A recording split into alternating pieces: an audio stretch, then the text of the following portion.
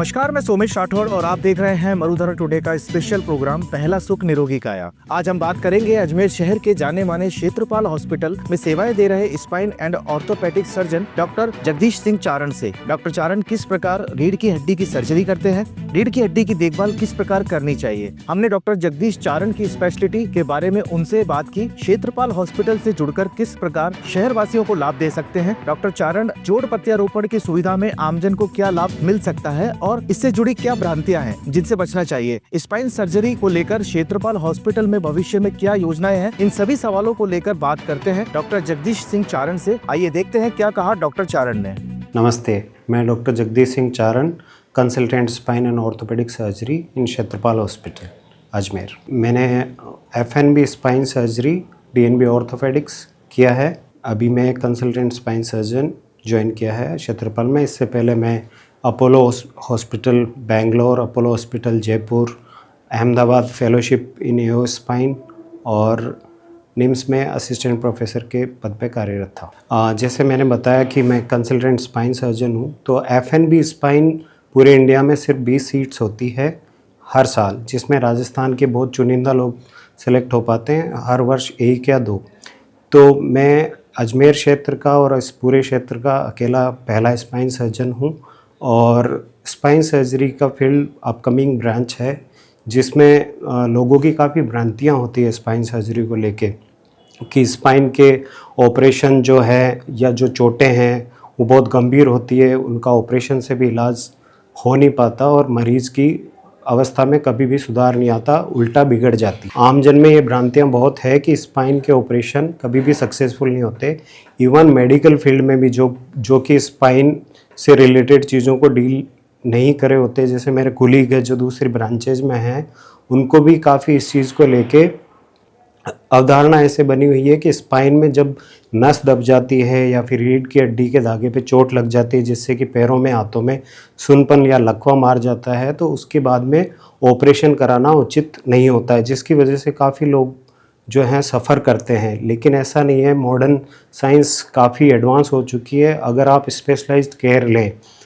उन लोगों से ट्रीटमेंट लें जो कि इसी फील्ड के लिए डेडिकेटेड ट्रेनिंग लेते हैं, तो स्पाइन सर्जरी आजकल के दौर में काफ़ी सेफ भी है। और इवन आपको अगर जो हमारी भाषा में हम बोलते हैं न्यूरो डेफिसिट्स वगैरह डेवलप हो जाए या फिर पैरासिस भी हो जाए, तो टाइम रहते अगर इंटरवेंशन किया जाए सर्जिकली, तो मरीज़ की अवस्था वापस नियर नॉर्मल पॉसिबल है। यूजुअली क्या होता है कि रीढ़ की हड्डी में जब चोट लगती है, तो रीढ़ की हड्डी इतनी मजबूत संरचना होती है शरीर में कि वो चोट रोड ट्रैफिक या हाई वेलोसिटी इंजरी में ही होती है। तो ऐसे में लोग जो है समय रहते मरीज को अस्पताल में जहाँ पे कि स्पाइन के लिए स्पेशलिस्ट केयर होती है वहाँ पहुँचाने में सक्षम नहीं होते और उनको गाइडेंस भी नहीं होता। जैसे उदाहरण के तौर पे बताएं कि अजमेर के आसपास के गांव में अगर कोई एक्सीडेंट होता है, तो उनके लिए जयपुर जाना, जयपुर में स्पेशलिस्ट केयर को हासिल करना बहुत ही ज़्यादा मुश्किल होता है, जिससे वो जो एक गोल्डन पीरियड होता है कि स्पाइन सर्जरी में चोट लगने के बाद में अगर अपन समय रहते इंटरवेंशन करें और मरीज़ की रीढ़ की हड्डी के धागे के दबाव को समय रहते अगर हटा दें, तो उससे उसकी जो भी अगर लकवा भी मारा है या फिर पैरों में सुनपन आया भी है, तो वो वापस रिवर्स किया जा सकता है। लेकिन बशर्ते एक ही चीज़ है कि वो जो गोल्डन पीरियड है, जो गोल्डन आवर्स है इंजरी से लेके, और उसको हम बोलते हैं इंजरी टू सर्जरी टाइम, अगर वो जितना कम होगा उतना ही मरीज का आगे का पूरा जीवन दूभर या अच्छा होगा। तो इसलिए जैसे कि अजमेर में अब spine surgery, high velocity cervical to lumbar, जो भी spine surgery high velocity injury आती है, उसके लिए समय रहते और क्विक एंड प्रॉम्प्ट ट्रीटमेंट की व्यवस्था अब सुचारू है। स्पाइन सर्जरी को लेके क्षेत्रपाल टीम से मेरा जब मैं ज्वाइन किया था तो हमारा डिटेल डिस्कशन हुआ था। जो हमारे डायरेक्टर सर हैं, जो मैनेजमेंट टीम है, उनका विज़न मुझे बहुत ही पसंद आया, जो कि पेशेंट केयर को लेके है। तो उसमें हम अपकमिंग टाइम में बहुत जल्दी endoscopic spine surgery, minimal invasive spine surgery की व्यवस्था और सुविधा स्टार्ट करने वाले हैं। जैसे कि मैं अहमदाबाद और काफ़ी प्रेस्टिजियस इंस्टीट्यूट में ट्रेन होके आया था, तो robotic spine, minimal invasive spine, जिसमें बहुत छोटे सूक्ष्म चीरे से बहुत बड़े हम ऑपरेशन करने में सक्षम होंगे।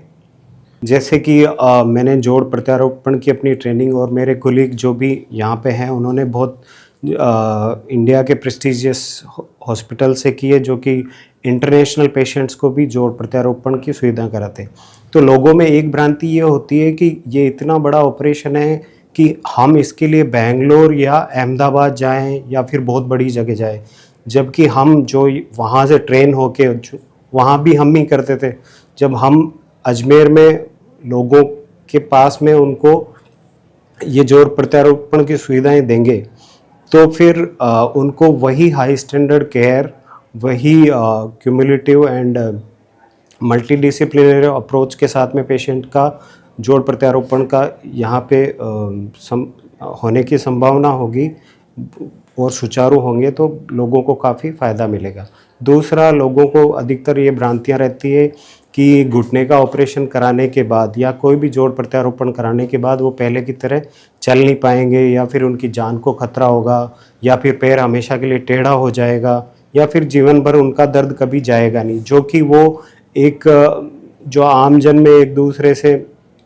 किसी का कोई अगर पुराना अनुभव अच्छा नहीं रहा है तो उसको लेके उस चीज़ को वो यूनिवर्सल समझते हैं और अपने दर्द की निजात पाने के बजाय उसी दर्द के साथ जीना ज़्यादा सही मानते हैं, बजाय कि ऑपरेशन करके अपनी क्वालिटी ऑफ लाइफ इम्प्रूव करें। स्पाइन सर्जरी स्पाइन इंजरी जैसे मैंने बताया कि high velocity road traffic accident की वजह से होती है, तो ये सबको विदित है कि आप सीट बेल्ट पहने या फिर बाइक पे ट्रेवल करते टाइम आप ज़्यादा स्पीड से ना चलाएं, देख के ओवरटेक कीजिए। लेकिन फिर भी जो आम जन को स्पाइन इंजरी से कॉन्शियसली बचा सकते हैं वो ये है कि जो माइक्रो इंजरीज जो स्पाइन में होती है, जो हमें पता भी नहीं चलता, जैसे हम उठते हैं, बैठते हैं, काम करते हैं, आगे झुकते हैं, कुर्सी पे घंटों बैठते हैं, लंबी देर मोबाइल फ़ोन का इस्तेमाल करते हैं, या फिर लंबी देर एक जगह एक ही पोस्चर में बैठ के ट्रेवल करते हैं, टीवी देखते हैं। ये एक छोटी छोटी जो लाइफस्टाइल की अपनी चीज़ें हैं, जो पोस्चर है जिसमें हम सोते हैं, जो बेड है जो हम यूज़ करते हैं, तो इन चीज़ों से माइक्रो इंजरीज होती है जो उसका मरीज को या लोगों को वो अवेयर ही नहीं होते कि उनके स्पाइन में, उनके स्पाइन के आसपास के मसल्स में कितना माइक्रो टीयर्स होता है। तो वो एक लेवल पे आके इतना ज़्यादा हो जाता है कि फिर लोगों को जैसे कि सर्वाइकल की प्रॉब्लम या अनएक्सप्लेन्ड लो बैक एक काफ़ी रहने लग जाता है, जिससे उनका सोशल मोबिलिटी और उनका काम और उनका मूड भी अफेक्ट होता है। तो इसलिए ज़रूरी नहीं कि आपको स्पाइन की समस्या हो तो ही आप अस्पताल आएँ। अगर आपका काम ऐसा है कि जिसमें आपको घंटों बैठना पड़ता है, ट्रेवल करना पड़ता है, या फिर पोस्चर करेक्ट नहीं रहता, या ओकेजनल कभी आपको बैक पेन या नेक पेन होते हैं, या हल्का फुल्का झुकते हो तो कई बार कमर में अकड़न आ जाती है जो 1-2 दिन रहती है, वो एकदम सही समय होता है जब आप आके परामर्श लें,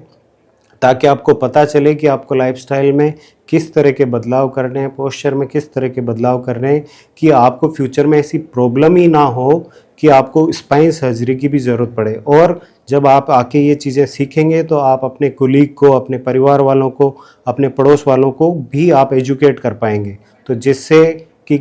ये जो माइक्रो इंजरीज़ हैं जो मरीज़ों को होती है और उनको पता भी नहीं रहता,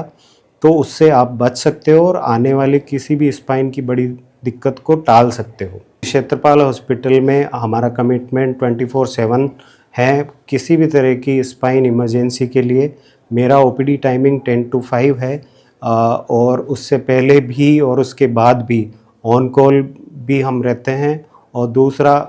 अगर कोई भी इमरजेंसी है तो उसके लिए कोई टाइम नहीं है, उसके लिए 24/7 हम अवेलेबल है, कटिबद्ध है। धन्यवाद।